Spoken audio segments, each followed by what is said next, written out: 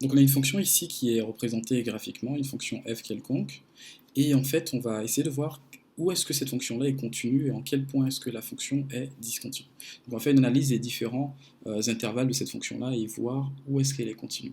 Donc si on regarde cet intervalle-là, déjà le premier intervalle, partant de moins l'infini à, ici on a moins 1, moins 2, moins 3, moins 4, à moins 4 ici, ok, exclu, je vois que ma fonction est représentée par une sorte de courbe. Donc on peut s'imaginer ici que ma courbe continue ici comme ça.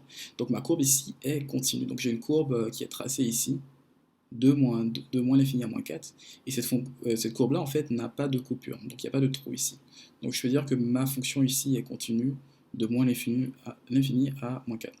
Mais lorsque je me rapproche de moins 4, je vois que j'ai une asymptote ici qui est verticale. Donc c'est une asymptote d'équation x est égal à moins 4 et que ma courbe ici, à ce moment-là, tend à éviter ma droite ici. Donc elle tend vers plus infini, mais elle ne touche jamais ma droite. Et j'ai un saut ici, okay, j'ai un saut en moins 4. Okay. Et à gauche du point moins 4, j'ai une droite qui continue. Okay, une droite ici, pleine. Donc c'est-à-dire que, étant donné que j'ai ce saut-là, je vois qu'il y a discontinuité en moins 4. Donc il y a une discontinuité de ma fonction en moins 4. Okay. Donc, de l'intervalle moins l'infini à moins 4, ma fonction est continue, et en moins 4, il y a une discontinuité.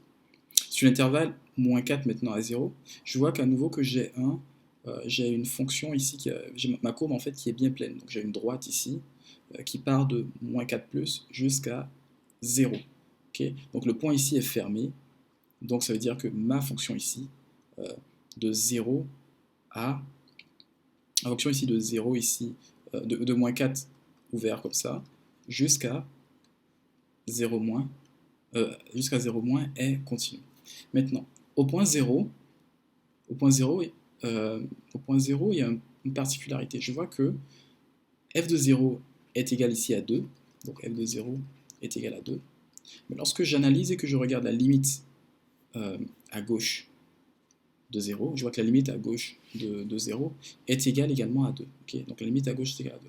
Mais la limite à droite n'est plus égale à 2. La limite à droite est égale à moins 1. Or, on sait que pour qu'il y ait continuité, il faut que ces trois éléments-là soient pareils.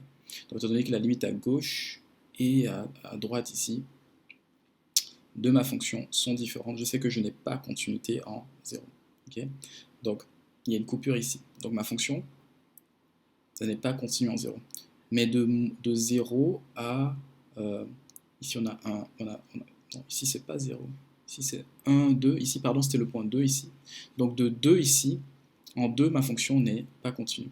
Mais lorsque je considère plutôt l'intervalle 2 à 3 et 4, 5 jusqu'à 5 ici, ok. Ici j'ai 0, ici j'ai 1, j'ai 2, j'ai 3, j'ai 4, j'ai 5, je vais le numéroter, ici j'ai 6, ok. Donc quand je considère l'intervalle de 2 à 6 ici, ok, 2 à 6, 2 à 6 ouvert, je vois que ma fonction est continue, alors parce que j'ai une courbe, en fait, un tracé plein ici. Okay.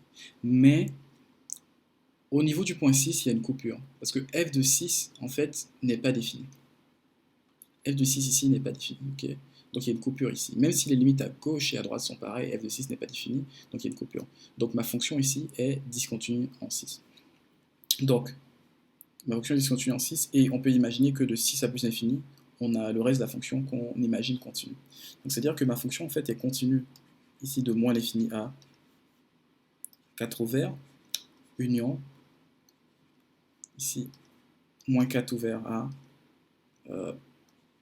2 ouvert, union encore, 2 ouvert à 6, union, 6 à plus infini. Okay, donc ça, c'est la continue, c'est les intervalles sur lesquels ma fonction est